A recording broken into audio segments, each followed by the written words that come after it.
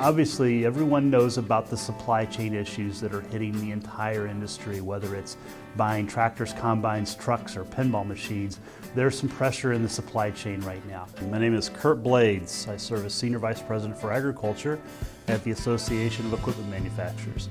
Well, we saw some really great sales in small tractors for the last 18 months.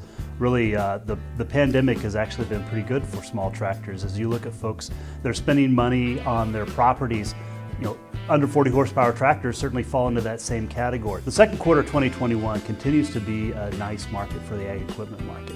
We've seen growth across pretty much the entire industry, although we've seen a little bit of softness in the under 40 horsepower market, but that's largely because we were dealing with some sizable numbers last year. So overall, the numbers are positive. What I really like to point out with the second quarter numbers are the row crop tractors and the ag tractors. Row crop tractors have been really performing quite well for the second half for the second quarter.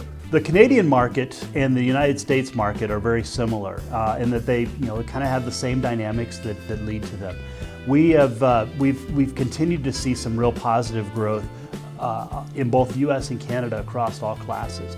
Now, we did see a little bit of a slowdown in the growth of the under 40 horsepower tractor market in the U.S., and that hasn't happened as quickly in Canada, but we're still seeing those markets operate very much in tandem with one another. The ag equipment market, which would be pretty much anything above 50 horsepower, has been also very solid for the last few months, specifically starting last year at the end of 2020 when we started to see some solid commodity prices, but that's continued on through 2021 all the way up into the second quarter, largely indicating that farmer attitudes are positive. The thing that we want to talk about with quarter two and really 2021 and looking forward into the future is that the ag and combine market continues to be really strong.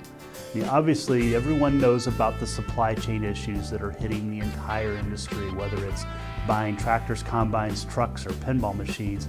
There's some pressure in the supply chain right now. But we continue to work hard with our manufacturers working closely with their suppliers and their dealers to make sure that there's parts available to get into harvest and as we get into the busy seasons. And knowing full well that there's a lot of interest and a lot of demand out there for equipment, both new and used. And we're doing our best to make sure that we've got the products on the dealers' lots or certainly closely available to meet those needs.